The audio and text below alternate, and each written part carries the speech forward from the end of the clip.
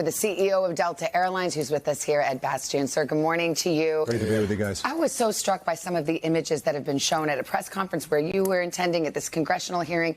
These are current FAA air traffic control facilities, as the transportation secretary. It looks like it could be from an Apollo 13 flight. Fans. Some of these have foil on the wires. We talked about copper wires. This is our air traffic control system. Absolutely. At the same time that we have airports that are all getting upgrades and snazzy, and you can get any snack you want. What is going on? And people, I have to say, I do not have fear of flying. When I saw that, that made me nervous, and I'm flying today. It makes everyone nervous when they see it, and rightfully so, because it is certainly the clearest sign you can give evidence to the need for modernization. Is it safe? It is absolutely safe. It's the safest form of transportation in the world. The most skilled aviation professionals in the world work and operate the U.S. airspace, so it is absolutely safe. Now, it's not acceptable, the state of the conditions, and what happens is, in order to keep it safe, everything gets slowed down at the sign of any kind of risk. And so as a result of that, I'll give you a very vivid illustration of that. Today, it takes longer in our schedule to fly from Atlanta to LaGuardia than it did in the 1950s when we opened that route. How can that be? Well, that's the air traffic control system. It's very slow. It's congested, but it's not congested.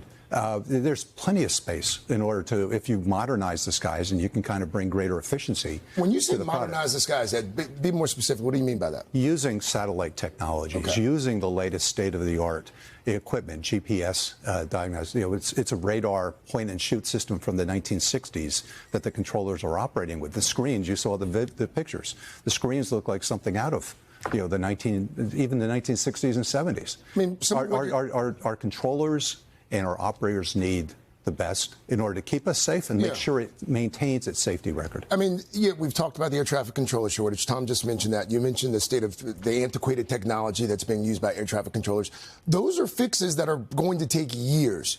What can be done in the short term? What can be done this summer to make travel, even if it's safe, maybe a bit more convenient? Yeah, well, one of the things they're doing, and Newark, we're not a big operator. Newark, a relatively small operation. Everybody at Newark is pulling down their operations. They're reducing the flights so that takes some of the congestion out of the way. Again, it's slowing everything down, taking stress out of the system. Now, that's not good in the long run. It's not good for consumers. It's not good for the airport itself, but it's the only thing that we have in the meantime. But the other thing that can be done right now is to have Congress, and it's a bipartisan support that we have for this, Congress support the investment that's required. We can't operate on the procurement that the Congress gives us on basically a year-by-year basis with the FAA. Who's resisting it right now? Who are we making this argument There's no one resisting it. Yeah. It just takes will to get it through, because it's a major expenditure. Yeah.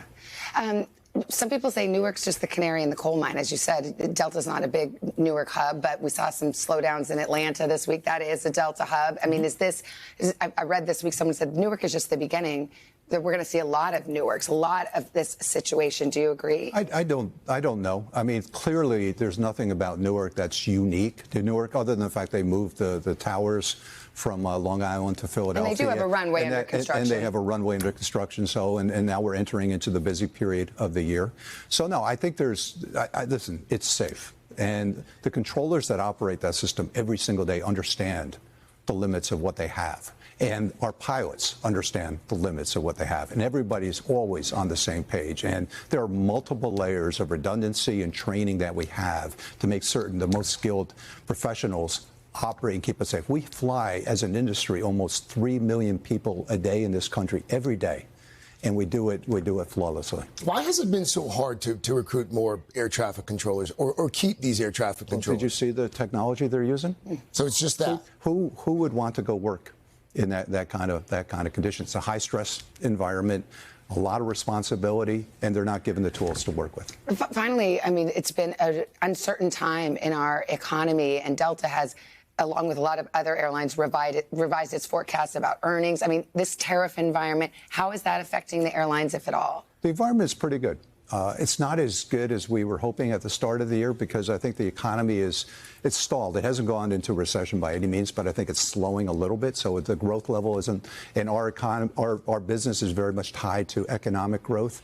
But we live in the experience economy. So people may not be buying as many goods, but they're investing in themselves, and they're going to Europe. They're going on family trips to the mountains. They're going to see relatives in different parts of the world. And we can see the bookings over the next couple of months coming. It looks very, very robust, and it's going to be strong. International travel, I read recently, is down 12% compared to last year here to the United States. That's not true. I mean, the international foreign visitors coming to the U.S. might be down. Okay. But the majority of our point of sale is U.S. 80% of our international travel is U.S. point of sale, and that's actually growing. Americans going there, not people Americans coming going here. there. Yeah, exactly. Got it. All right. Well, Delta CEO Ed Bastian, good to have you with us today. Good to be with you guys. Thank you so much. Hey, thanks for watching. And don't forget, you can catch the Today Show every morning on NBC or take Today when you're on the go. Just follow the Today podcast on Apple Podcasts, Spotify, or wherever you listen.